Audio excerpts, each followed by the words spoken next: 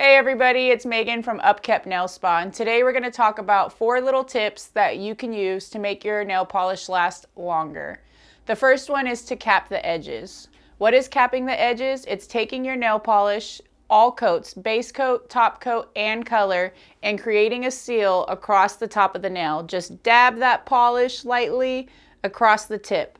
Doing so is going to block out any moisture, debris, dirt buildup from getting under the layers and creating any chipping or lifting.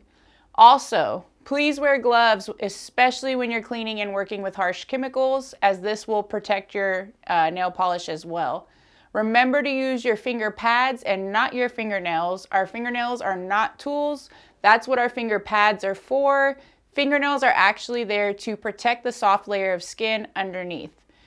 Finally, apply a thin coat of top coat every 3 to 4 days. And most importantly, remember, create that seal by capping those edges. For more tips and tricks, follow UpKept on Facebook, as well as book with us at stayupkept.com, and we'll keep you in the know-how.